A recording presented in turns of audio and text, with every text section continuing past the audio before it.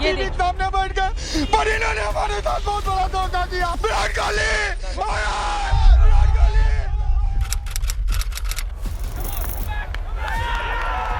And Australia win the World Cup for the 6th time and in front of 120,000 people. They've upstaged the home team in magnificent fashion. 18 जून 2017 और 19 नवंबर 2023 ये 2 तारीखें Indian cricket history और fans शायद ही कभी भूल पाएंगे, क्योंकि चैंपियंस ट्रॉफी के फाइनल में पाकिस्तान से मिली हार आज भी सारे जख्म हरे कर देती है। और दूसरा, हम अपने ही घर में ऑस्ट्रेलिया से हारे, जिसने भाई दिल तोड़ दिया। अब इंडियन फैंस को जो सदमा लगा था और जब 2 बार फाइनल में उनका दिल टूटा था, तो रिवेंज लेना तो बनता ही था। दोस्तों, इस अमेजिंग स्टोरी को बनाने में हमारा साथ दिया है हमारे पार्टनर ने, और बस फिर रोहित शर्मा की कैप्टेंसी में इंडिया ने चैंपियंस ट्रॉफी 2025 खेला, और जो काम 2017 और 2023 में अधूरा रह गया था उसका बदला ले लिया। पाकिस्तान बाहर, ऑस्ट्रेलिया बाहर। लेकिन एक सेकंड, आप लोग सिर्फ रिजल्ट जानते हो, पूरी कहानी नहीं। तो चलो शुरू से शुरू करते हैं इंडिया का 2025 चैंपियंस ट्रॉफी का सफर, जहां मौका भी था, मौसम भी था और बदला लेने का दस्तूर भी। Announcement of Pakistan as host. तो अब साल था 2021 और पाकिस्तान को चैंपियंस ट्रॉफी का होस्ट बना दिया गया। और यहाँ सबसे बड़ी बात ये थी कि क्या इंडियन टीम पाकिस्तान जाएगी। फिर शुरू होती है पॉलिटिक्स, क्योंकि पूरे क्रिकेट वर्ल्ड की नजर इस बात पर थी कि इंडिया का नेक्स्ट स्टेप क्या होगा। और फिर यहाँ आते हैं जय शाह, जो आईसीसी चेयरमैन की पावर का यूज करते हैं। उनके आते ही चैंपियंस ट्रॉफी एक नया मोड़ ले लेती है और टूर्नामेंट को हाइब्रिड मॉडल में चलाने का फैसला होता है। इसका मतलब बाकी सारी टीम पाकिस्तान जाएगी और इंडिया के सारे मैचेस यूएई में होंगे। और यहीं से शुरू होती है इंडिया की एक नए आईसीसी टूर्नामेंट की कहानी। चैंपियंस ट्रॉफी 2025 से पहले इंडिया 2024 का T20 वर्ल्ड कप जीत कर आ रही थी। पूरे देश में एक अलग ही एनर्जी थी। Rohit Sharma as a captain जबरदस्त परफॉर्म कर रहे थे और सबको लगा कि चैंपियंस ट्रॉफी 2025 भी इजीली इंडिया की जेब में होगी। पर भाई, ये इंडियन क्रिकेट है, यहाँ कुछ भी आसानी से नहीं होता। अक्टूबर का महीना था और न्यूजीलैंड इंडिया आती है 3 टेस्ट मैच की सीरीज खेलने। सबको लगा कि एक और होम सीरीज का इजी विन होगा, क्योंकि 12 साल में इंडिया होम कंडीशंस में अनबीटेबल थी। पर हुआ उसका बिल्कुल उल्टा। न्यूजीलैंड ने 3-0 से क्लीन स्वीप करके इंडिया को एक जबरदस्त झटका दे दिया। फैंस इस झटके से उभरे भी नहीं थे कि नवंबर-दिसंबर में इंडियन टीम ऑस्ट्रेलिया चली जाती है बॉर्डर गवास्कर ट्रॉफी खेलने, और वहां भी कहानी वही रहती है। इंडिया 3-1 से सीरीज हार जाती है और सिर्फ इतना ही नहीं, WBC फाइनल से बाहर भी हो जाती है। अब चैंपियंस ट्रॉफी सिर्फ 2 महीने दूर थी और इंडियन टीम की हालत बिगड़ने लगी। विराट कोहली और रोहित शर्मा फॉर्म में नहीं थे, और सबसे बड़ा झटका तब लगा जब जसप्रीत बुमराह इंजरी के चलते टूर्नामेंट से बाहर हो गए। तो कुल मिला के इंडियन टीम का हाल कुछ ऐसा था।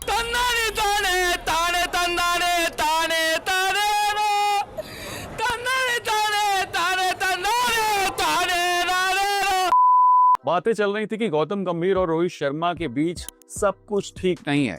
रूमर्स ये भी थे कि रोहित से कैप्टेंसी छीन ली जाएगी। लेकिन तभी इंडियन टीम के सेलेक्टर अजीत अगरकर ने सारी अफवाहों पर विराम लगाते हुए कहा कि रोहित विल लीड इंडिया। पर अभी एक और बड़ी प्रॉब्लम थी, जसप्रीत बुमराह का इंजरी के चलते बाहर हो जाना।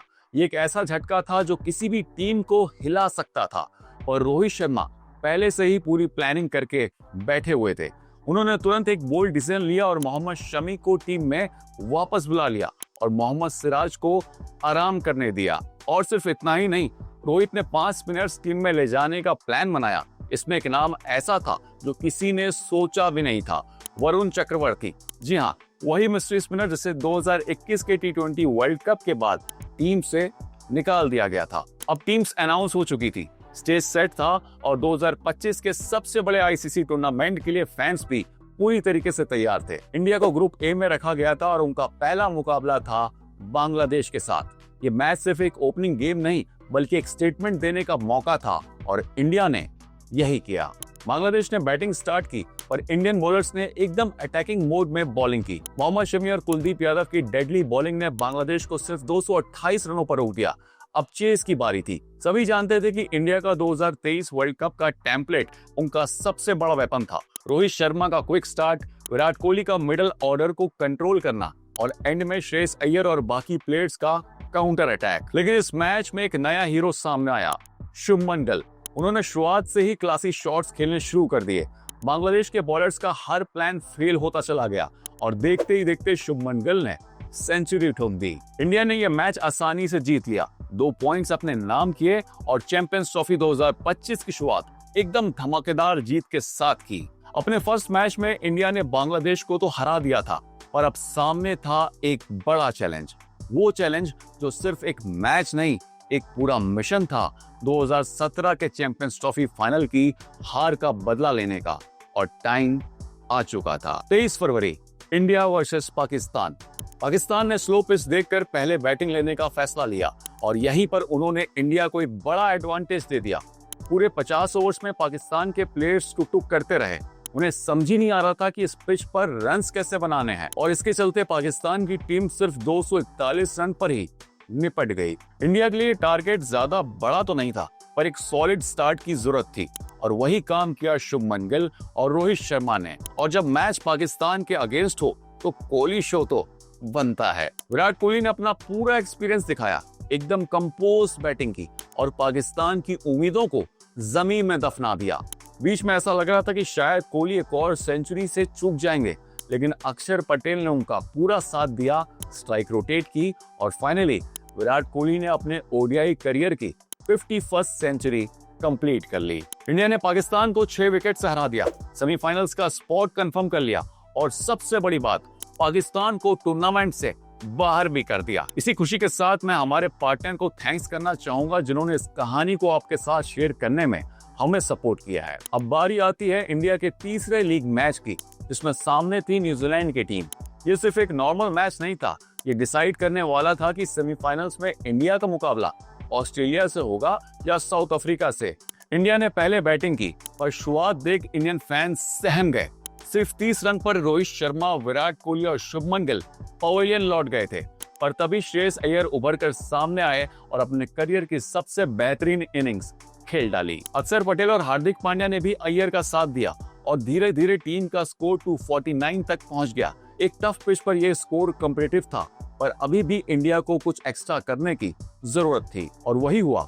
इस मैच में रोहित शर्मा ने एक और मास्टर स्ट्रोक खेला। उन्होंने हर्षित राणा की जगह वरुण चक्रवर्ती को प्लेइंग 11 में मौका दिया और वरुण के चक्रवात में एक एक करके 5 किरी बल्लेबाजों ने दम तोड़ दिया। न्यूजीलैंड की टीम 205 पर ऑल आउट हो गई और इंडिया ने 44 रन से मैच को जीत लिया। इस जीत के साथ एक और चीज फिक्स हो गई, सेमीफाइनल्स में इंडिया वर्सेस ऑस्ट्रेलिया का महामुकाबला।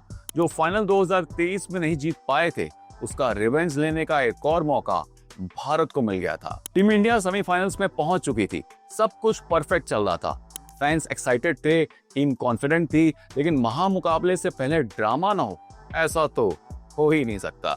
ऑस्ट्रेलिया के captain PAT Cummins, south Africa के रैसी वैन डर बुसैन और कुछ फॉर्मर पाकिस्तान खिलाड़ियों ने एकदम से आईसीसी पर इल्जाम लगाना शुरू कर दिया।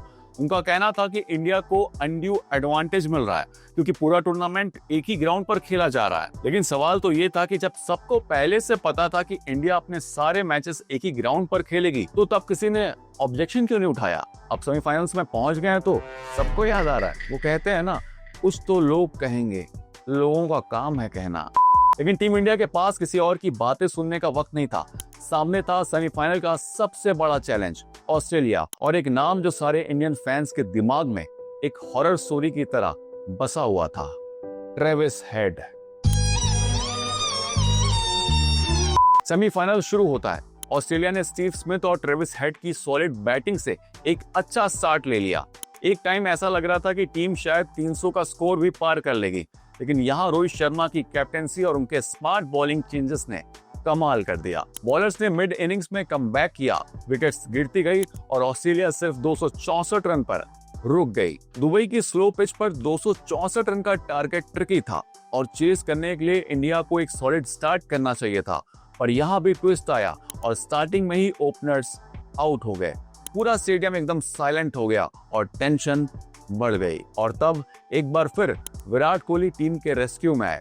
प्रेशर सिचुएशन में उनकी 84 रन की पारी एक मास्टर क्लास थी और श्रेयस अय्यर, केएल राहुल और हार्दिक पांड्या ने साथ मिलके इंडिया को यह मैच 4 विकेट से जिता दिया। 19 नवंबर 2023 की हार का पूरा बदला लिया और फाइनल्स में जगह बना ली। ऑस्ट्रेलिया की टीम एकदम से शॉक में चली गई थी और अगले दिन क्रिकेटिंग वर्ल्ड को एक और बड़ा झटका तब लगा जब ऑस्ट्रेलिया के कैप्टन स्टीव स्मिथ ने ओडीआई फॉर्मेट से रिटायरमेंट अनाउंस कर दिया। अब चैंपियंस ट्रॉफी 2025 अपने सबसे बड़े फाइनल तक पहुंच चुकी है। 9 मार्च 2025 को इंडिया वर्सेस न्यूजीलैंड का मैच एक जबरदस्त थ्रिलर होने वाला है और यहाँ सिर्फ एक ट्रॉफी की बात नहीं है, यहाँ एक और रिवेंज भी पेंडिंग है। याद है ना वो 2019 वर्ल्ड कप का सेमीफाइनल, मार्टिन गप्टिल का वो एक थ्रो जिसने इंडियन फैंस के दिमाग की गिल्लियां उड़ा दी थी। बस अब वक्त आ चुका है न्यूजीलैंड से भी बदला लेने का, जिसे ऑस्ट्रेलिया और पाकिस्तान की तरह टूर्नामेंट से बाहर करना है। और एक और सवाल है जो हर फैन के दिमाग में घूम रहा है कि अगर इंडिया जीत जाती है तो क्या ये मैच रोहित शर्मा और विराट कोहली का लास्ट ओडीआई होगा? क्या वो दोनों यहाँ से अपनी ओडीआई जर्नी का द एंड कर देंगे? अब देखो ये तो मैच के बाद ही पता चलेगा, पर एक बात तय है कि अगर इंडिया चैंपियंस ट्रॉफी जीत लेता है तो ये एक एरा की परफेक्ट एंडिंग होगी।